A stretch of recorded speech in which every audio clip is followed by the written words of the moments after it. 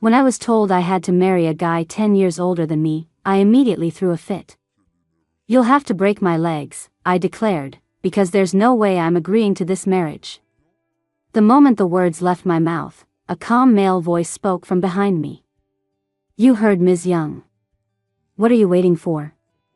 Watching the two bodyguards slowly approach, I instantly caved, grabbing my purse.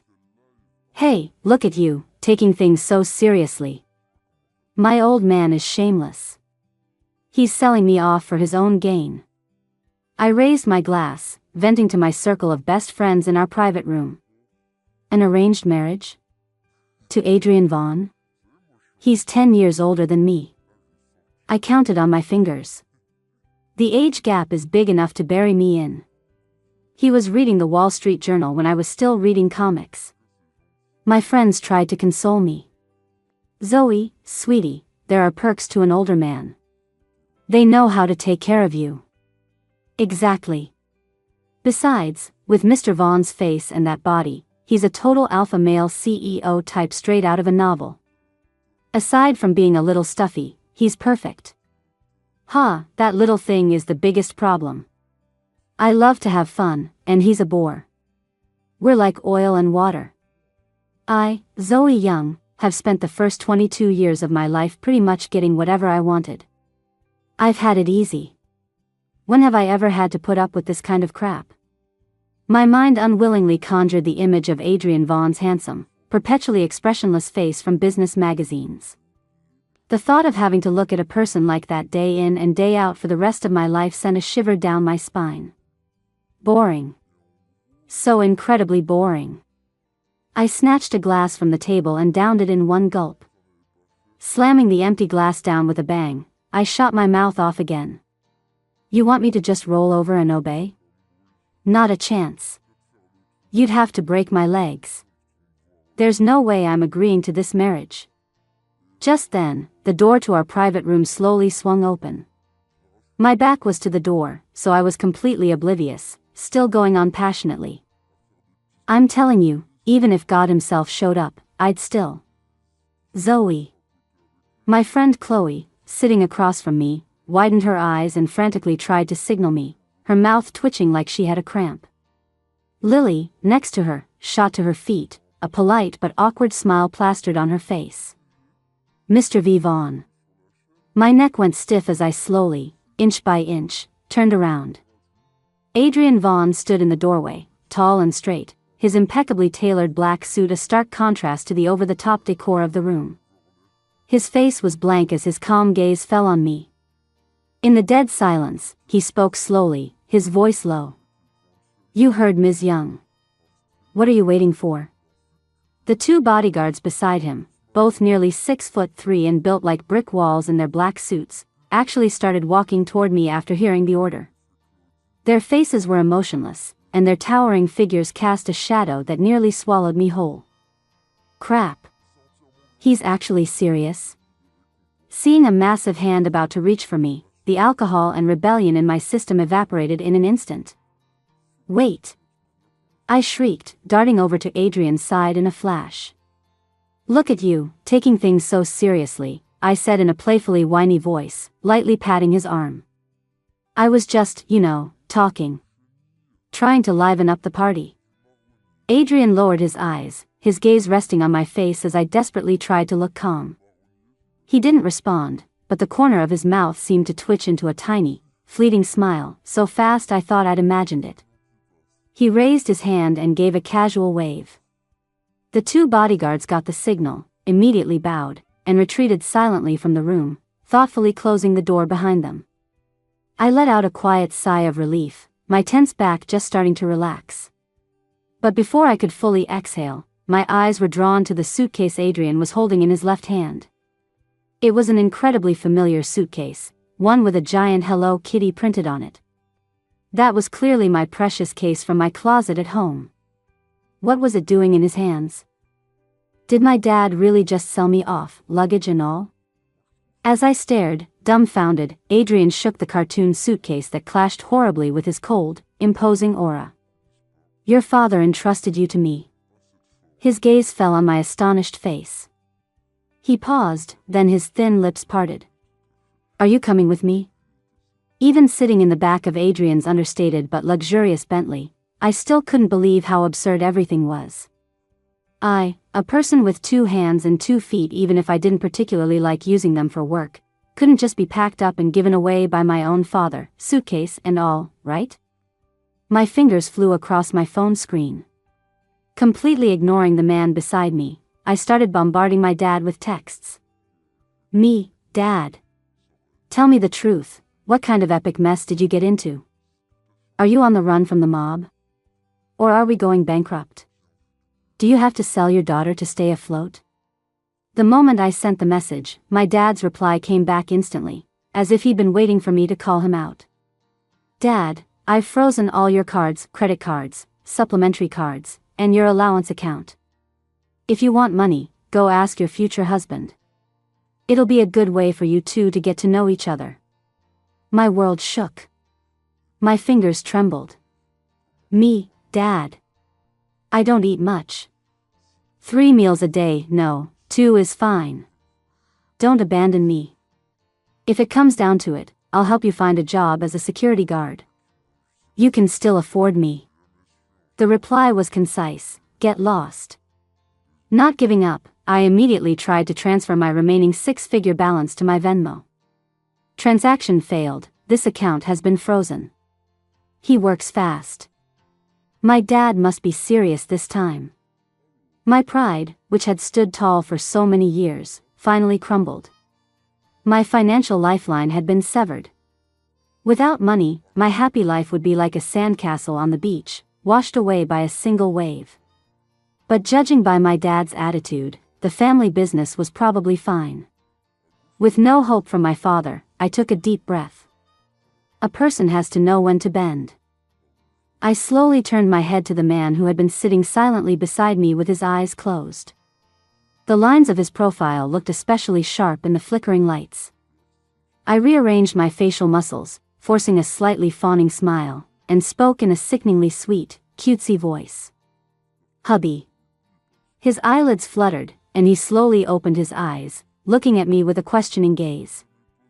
I struck while the iron was hot, batting my eyelashes. So, as your wife, how much of an allowance do I get a month? At my words, Adrian's eyebrows moved almost imperceptibly, and a faint hint of a smile seemed to flash in his eyes. He didn't answer directly. Instead, he pulled a black card from the inner pocket of his suit. He handed it to me, his tone indulgent. The limit should be more than enough for you. From now on, if you need anything, remember to tell me. My eyes lit up. I took the feather-light black card reverently with both hands. Thank you, hubby. You're the best. You're my savior. The heartfelt thanks spilled out of me. I almost wanted to kiss the card right then and there. This time, I clearly saw the corners of Adrian's lips curve into a small, distinct smile. But I didn't care. As my dad always teases me, I know how to play the game, I'm a sweet talker, and I'm completely carefree. The car eventually pulled up to a brightly lit mansion. The moment I stepped inside, I was captivated by the minimalist yet luxurious decor. Wow! Hubby, your place, no, our place is huge and beautiful. I exclaimed, feeling like a kid in a candy store as I started wandering around with my Hello Kitty suitcase. You could play soccer in this living room. Wow! The view from these floor-to-ceiling windows is insane. Hubby, is this vase an antique? It looks really expensive. I should probably be careful walking around. The kitchen is huge too. But do you ever cook? Maybe I can show you my skills sometime. I make a mean cup of instant ramen. I chattered on to myself. Adrian just followed behind me, not showing a hint of impatience. In fact, he seemed to watch with amusement as I poked my head into every room. When I was cautiously touching the antique vase, his voice held a clear note of laughter. Go ahead. If it breaks, we'll buy a new one. I gave a dry laugh and pulled my hand back, turning to look at him suspiciously. Mr. Vaughn, what exactly did my dad offer you? How could you agree to marry me? No matter how you look at it, my family is the one marrying up. This question had been bugging me all night. A man like Adrian Vaughn could have any debutante he wanted. Why pick a handful like me? He walked over and, without answering directly, naturally took the Hello Kitty suitcase from my hand. Your room is the first one on the left on the second floor, he said, his voice softening slightly. If you need anything, just let the house manager know. He paused, then gently patted the top of my head. Get some rest tonight. Lying on the massive bed that was so soft you could sink into it, I held the cool black card up to the ceiling, turning it over and over. The more I thought about it, the more something felt off.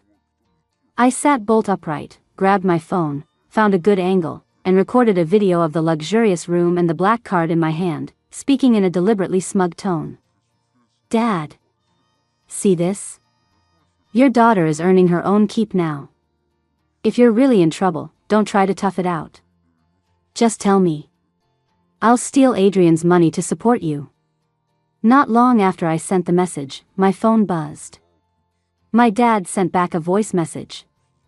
I opened it, and the booming roar almost blew the roof off. You little brat. Stop talking nonsense.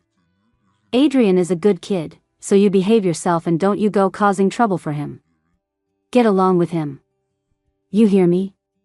Hearing that all too familiar, full-throated yelling from my phone, the knot of anxiety in my stomach finally loosened and settled.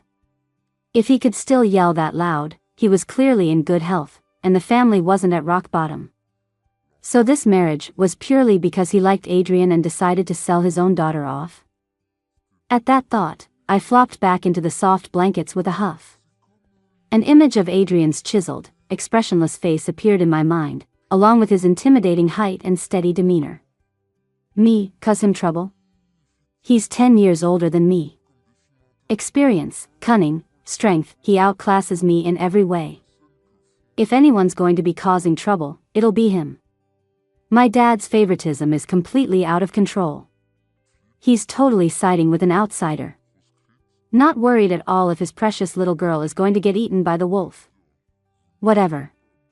I'll just treat it like I'm sleeping in a different place. The next day, I slept in late, not getting downstairs until almost 10. I figured Adrian would have been at the office calling the shots for hours by then, but I immediately spotted him sitting on the living room sofa, a book between his fingers. The morning sun streamed through the floor-to-ceiling windows, casting a soft golden glow around him. Hearing my footsteps, he looked up, his gaze falling on my messy hair and cartoon pajamas. I reflexively flashed my brightest smile. Morning, hubby. Morning, he said, closing his book. He then instructed the house manager, who was waiting nearby, Wallace, we can have breakfast now. To my surprise, Adrian stood up and walked straight to the dining room. I followed him, trotting up curiously. Huh? You haven't had breakfast this late either? He pulled out a chair for me, his tone flat. I worked out this morning, dealt with some emails, and then it was this late. When breakfast was served, I stared at the steaming, fragrant chicken congee and exquisite side dishes in front of me, immediately pulling out my phone. I snapped a bunch of pictures, making sure to include his cup of black coffee in the shot. Adrian looked up at me, a hint of confusion in his eyes. I'm sending this to my dad, I explained while adjusting the filter. I want him to see what a heavenly life his daughter is living now. Let him burn with envy. You and your father are very close, he said suddenly, his voice tinged with warmth. Hardly. I pouted. My dad and I have a small fight every 3 days and a big one every 5. I put my phone down, my gaze falling on our distinctly different breakfasts. His lonely cup of black coffee and simple bacon and eggs were a stark contrast to my lavish Chinese-style breakfast. Stirring the creamy congee with my spoon, I couldn't help but try to sell him on it. You want to try some of this chicken congee? Wallace's cooking is amazing. It's savory and so warming. Way better than that bitter black coffee. Adrian's hand, holding his coffee cup, paused. His gaze shifted from his unappetizing breakfast to my face. Under my expectant stare, he put down his coffee and nodded slightly to Wallace. I'll have a bowl of congee as well, please. Wallace smiled and agreed, quickly bringing another bowl of the same congee and placing it in front of him. I watched him scoop a spoonful into his mouth. So, how is it? I asked, as if seeking praise for my recommendation. He looked up at me, a faint smile on his lips. It's actually very good. I raised my eyebrows proudly. Of course it is. After breakfast, Adrian got ready to leave. He went to the foyer and, while adjusting his cuffs, instructed Wallace, "I'll be back for dinner." Then he turned to me, his tone calm. "If you want to go out, just tell Wallace. He'll arrange a car for you." I nodded obediently. It was strange. That morning, I'd still found him stuffy and boring, but at 5:30 p.m., while having afternoon tea with my friends, I inexplicably thought of him saying, "I'll be back for dinner." In the end, I made up an excuse and ended our get-together early. As soon as I walked through the door, I saw Wallace setting the table. He gave me a warm smile. "Ms. Young, you're back." "It's because the chef's cooking is just too good," I said with a laugh as I changed into my slippers. "I've been thinking about it all day." The next day, for the first time ever, I set my alarm for 7:30 a.m. When it went off, I groggily dragged myself out of bed and went downstairs with my hair in a total mess. Sure enough, I found Adrian in the dining room, reading the business news. He looked up and saw me, a flash of surprise in his eyes. "Up so early today?" "I went to bed early last night," I said, pretending to be nonchalant as I sat down across from him and accepted the glass of soy milk Wallace handed me. And just like that, Adrian and I fell into a strangely peaceful routine. He never interfered with my freedom, and I never asked about his work. But we would have breakfast together in the morning light and dinner together as night fell. Occasionally, when we crossed paths in the living room, he would naturally warm up a glass of milk for me. Adrian made me feel very comfortable, like a warm wool blanket in winter, always wrapping around me just right. He didn't talk much, but every detail showed his thoughtfulness. Knowing I got cold easily, a blanket was always kept within reach in the living room. Remembering I loved spicy food, an extra dish of chili oil always appeared on the table. This way of living together was surprisingly relaxing. Tonight, Adrian had to work late, a rare occurrence. I made plans with my friends to meet at our usual lounge. I had just sat down when I heard a snarky, passive-aggressive voice. "Well, if it isn't Zoe Young. I heard you latched onto the Vaughns. I wonder what shady tricks you used. Don't be surprised when he gets tired of playing with you." I turned around. Of course, it was my nemesis, Cynthia Shen. I smirked. "That's right. Unlike some people. I heard that Goldsmith heir threw you out of a hotel room last week. That must have been quite a scene." Cynthia's face instantly turned ashen. "What are you talking about?" "You know exactly what I'm talking about," I said, swirling my drink. "Need me to remind you which hotel it was?" She was trembling with rage and started lashing out. "What are you so proud of? Everyone knows your dad is just some nouveau riche country bumpkin. A mud-caked laborer who hauled bricks on a construction site, and now he's pretending to be high society. He chugs red wine like it's beer. It's hilarious." My fingers tightened slightly. She got nastier. "What kind of daughter could an uncultured brute like your dad possibly raise?" Splash. I threw the contents of my glass right in her face. The entire lounge went silent. Cynthia shrieked, wiping the drink from her face, and lunged at me like a madwoman, grabbing my hair. "How dare you, Zoe!" The two of us immediately got into a brawl.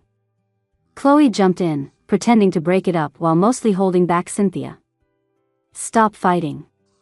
Stop it," she yelled. In the end, the bar manager called the police. Half an hour later, Chloe, Cynthia, and I were sitting in a mediation room at the police station, all of us with our hair a mess. The officer looked at us wearily. "You need to call a family member to come get you."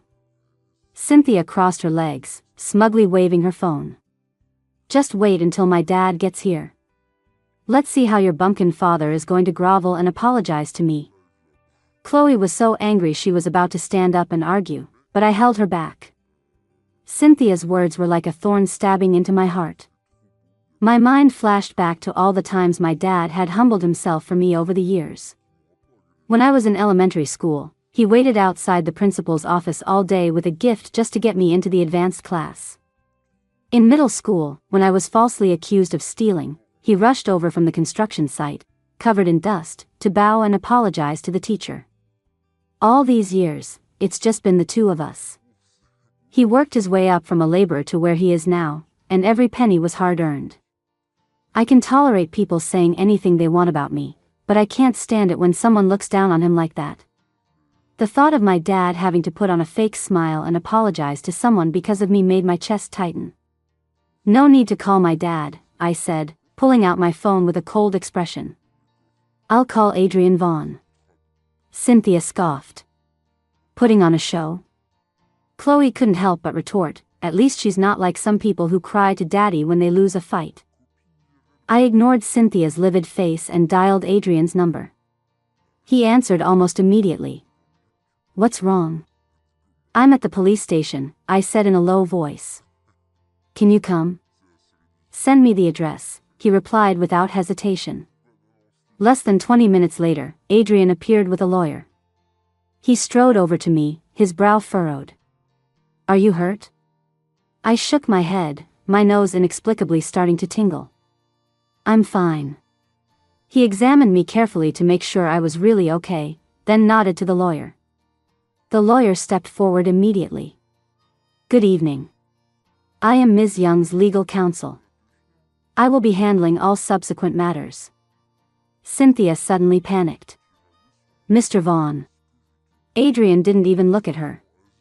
He just instructed the lawyer, handle it by the book. Chloe nudged me, giving me a nice one look. As we walked out of the station, Chloe tactfully said, I'll just grab a cab home.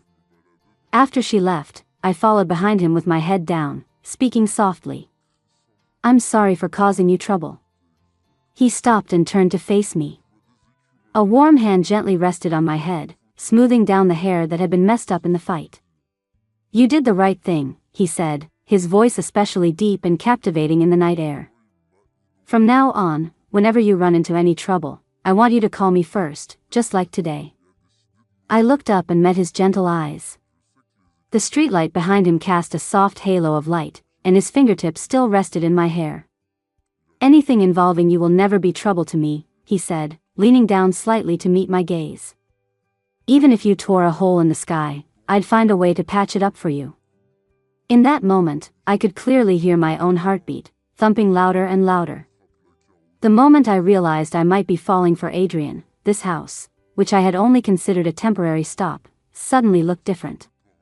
The next day, I made a special trip to the flower shop and came back with a bouquet of pale pink eustomas. Then, at a fabric market, I fell in love with a sample of warm yellow curtain fabric. I was excitedly discussing it with Wallace. Wallace, do you think this color would make the room feel cozier? And these flowers, would they look good in the living room? Behind me, the door clicked open. I turned around happily, holding the flowers. Adrian, you're back. I was thinking we could change the curtains too. The words got stuck in my throat. Standing in the doorway was a graceful, dignified woman. She looked me over with a calm gaze. Wallace immediately bowed respectfully. Madam. Adrian's mother raised a hand slightly. Wallace, you can go back to your work. After Wallace left, only the two of us remained in the living room. I stood there, holding the flowers. Although I don't know what it is about you that attracts Adrian, she said in a level voice, I will say that you are like a sudden splash of color in his life. Very new, very special. She took a step forward, her well-manicured hand lightly brushing the arm of the sofa. But this house, and Adrian's life, already have a set course. Novelty always fades, and a course is very difficult to change. I believe Ms. Young is a smart woman. With that, she gave me a faint, proper smile and turned to leave. I stood there holding the bouquet of eustomas, the water droplets from the petals seeping into my sleeve. In that instant, I suddenly realized something. Before I started falling for Adrian, I never cared why he chose me. Without feelings, I didn't care, it didn't matter, as long as my dad was happy. But the moment I acknowledged my feelings, I was so swept up in happiness that I forgot the most important question: why would Adrian like me? Or rather, does he even like me at all? After Adrian's mother left, my heart felt heavy, like it was stuffed with cotton. After mulling it over, I found Wallace. Wallace, I'm going home for a bit. The car had just stopped when I saw my dad squatting in the yard, tending to his prized orchids. He looked up, saw me, and his eyes lit up. Hey, what's with the surprise visit? How are things going with Adrian? I changed my shoes, poured a glass of water, and sat down on the small stool across from him, cutting straight to the chase. Dad, tell me the truth. Why did you suddenly force this marriage on me? Aren't you worried Adrian will bully me? My dad's watering can paused mid-air, his eyes starting to dart around. Well, it's a partnership between our families, mutually beneficial. Cut the crap, I said, putting my hand on his watering can. If you don't tell me the truth, I'm going back right now to pack my bags and move back in. He immediately panicked. No, don't. I'll talk. He put down the watering can and rubbed his hands together. Actually, it was Adrian who came to me. He came to see me 3 or 4 times, each time with a different proposal for a partnership. I was stunned. He came to you? You bet he did. My dad said, the floodgates opening. The last time, he brought an asset transfer agreement. It was for all the property in his name. He said if you signed it, everything would be yours. I was completely floored. But I didn't agree to it. My dad said, waving his hands frantically. I told him I couldn't show it to you until you agreed to the marriage. I was afraid you'd be blinded by the money. What kind of father would I be if you forced yourself into something just for the money? His voice lowered, becoming more serious. If I was really trying to force you, would I have let you two get to know each other first? I just wanted you to have a chance to develop feelings, but mostly, I really think Adrian is a great kid. I sat there on the stool, my mind a complete blank. I racked my brain, searching through my memories, but I couldn't find a single fragment related to Adrian. We were like 2 parallel lines that had never crossed before this marriage. So, did he really like me? The thought only confused me more. I rubbed my temples, which were starting to ache. I'm staying here tonight, I told my dad. He opened his mouth, but in the end, he didn't ask any questions and just quietly prepared my room for me. That night, as I tossed and turned in bed, I heard the urgent ringing of the doorbell from downstairs. I heard my dad shuffle in his slippers to get the door, followed by Adrian's voice, uncharacteristically anxious. Is Zoe here? I walked down the stairs in my pajamas and saw Adrian standing at the door. His suit jacket was slung casually over his arm, and his tie was a little loose. A few strands of hair fell across his forehead, and he was breathing slightly fast, as if he'd rushed over. Seeing the situation, my dad tactfully slipped back into his room, leaving just the 2 of us in the living room. When he saw me, he strode forward, showing a flustered expression for the first time. Zoe, what did my mother say to you? He took a deep breath, his tone more serious than I had ever heard it. Whatever she said, it's not true. Please, believe me. I looked into his eyes, which were usually so calm but were now swirling with emotion, and asked softly, Adrian, why do you want to marry me? He was silent for a moment. Because you made me feel what a home could be like for the first time. The words fell gently, but they hit my heart with a heavy thud. The thing I look forward to most every day is coming home and seeing you waiting for me. I like seeing you redecorate the house into a chaotic mess. I like listening to you chatter on and on. I even like it when you secretly put sugar in my coffee. I know this is all very sudden, but for me, I've been waiting for a very long time. The first time I saw you was during your senior year of high school, at the 100-day countdown ceremony before the big exams. My alma mater had invited me back to give a speech, he said, his voice incredibly gentle in the night. After it was over, I saw you behind the academic building, cornered by 2 other girls. I froze. That memory, which I had almost forgotten, suddenly came rushing back. I heard them call you a rich brat, say your father was. He paused. And then you beat them up. You grabbed one of the girls by the collar and said, "Let me hear you say one more bad thing about my dad, and I'll beat you up every time I see you." In the moonlight, his eyes held a faint smile. You were like a little kitten, all claws and teeth, fiercely protecting what was most important to you. But when your father called out, "Zoe," from a distance, his voice softened, you immediately let go, straightened your school uniform, and ran over to him with the most obedient smile, as if that fierce little girl was just my imagination. He looked at me deeply. In that moment, I thought, in this circle we live in, family ties are often the most disposable things. But the way you and your father protected each other so completely, it made me realize for the first time that a family could be like that. So I became very interested in you and your father. Later, at banquets, I would always find myself unconsciously looking for you. I saw you secretly switch your dad's wine glass with grape juice, fiercely warning him that if he drank again, you wouldn't let him come home. I saw you, even though you were dead tired, force yourself to stay with him and socialize until the very end. In that moment, for the first time in my life, I actually felt a pang of envy. You were like a little son, and He gently took my hand. And I was like someone who had been in the dark for too long, who couldn't help but want to get closer to the sun. I wanted to know if standing next to the sun could bring even a little bit of warmth. I also wanted to know if there could be another possibility for my life. Call me selfish, call me despicable, but I just wanted you by my side. I was afraid. His voice suddenly dropped, laced with an unprecedented nervousness. I was afraid someone else would discover how wonderful you are before I did. I was even more afraid that I'd be too late. I blinked and couldn't help but laugh. Adrian, this is the first time I've ever heard you say so much at once. I patted his shoulder, feigning seriousness. I've heard what you had to say. But your mother, you need to handle her. I have no interest in future mother-in-law drama. A gentle smile spread across his eyes. You don't have to worry about my mother. The moment I stood high enough on my own, they lost their control over me. He gently held my hand. But I will convince her. My Zoe deserves to be liked by everyone. I fought to keep my lips from smiling, waving my hand dismissively. Fine, fine.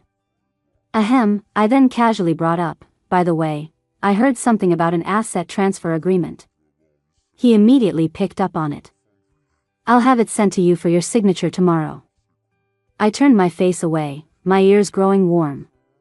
Well, there's no need to rush, I guess tomorrow afternoon is fine. I happen to be free tomorrow afternoon. He let out a low chuckle, his voice soft. So, Zoe, can we go home now? I lifted my chin, putting on a deliberately proud look. Nope.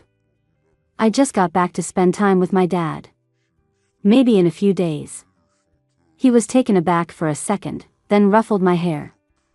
Okay. Whatever you say. After seeing him to the door, the moment I closed it, I couldn't stop my lips from curling into a smile. I skipped up the stairs, humming a tune. Just as I reached the landing, my dad suddenly emerged from the shadows, stroking his chin thoughtfully. I have to say, that was pretty heartfelt. I nearly jumped out of my skin, glaring at him with a flushed face. Dad! You were eavesdropping. He chuckled, clasping his hands behind his back as he ambled toward his room. I call it being concerned about my daughter's happiness.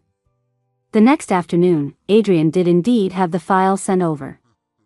I looked at the thick asset transfer agreement and couldn't help but laugh out loud. The moment I signed it, I instantly became richer than my dad. I waved the agreement in front of his face smugly. See, Dad? Now who's the richest one in the family? He didn't know whether to laugh or cry.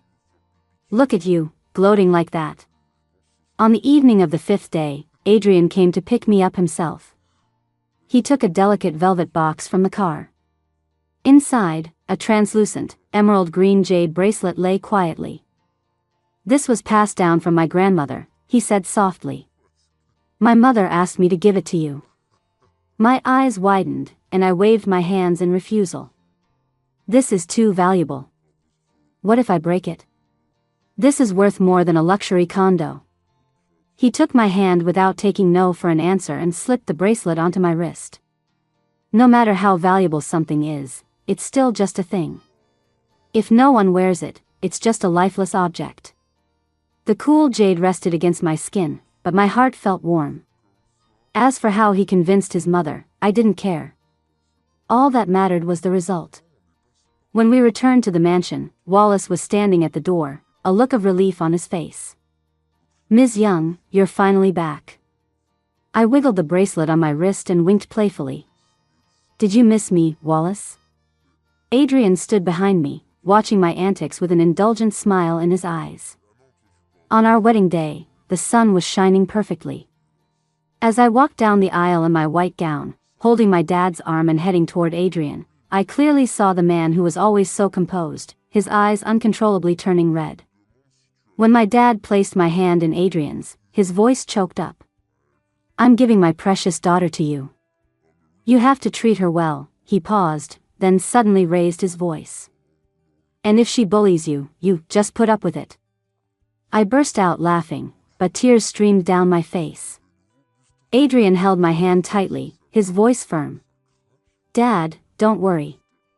I will put Zoe first for the rest of my life." As we exchanged rings, I heard him whisper, in a voice only we could hear, "I've finally waited for this day." On our wedding night, Adrian's mansion was exquisitely decorated with festive red everywhere. I came out of the shower and saw him leaning against the headboard, reading a file. The warm yellow light traced the soft lines of his profile. I slipped into bed and snuggled up next to him. "Adrian, can you tell me about your family?" He put the file down and pulled me into his arms, his tone calm. "My parents had a business marriage. They were polite and respectful to each other, but that was it.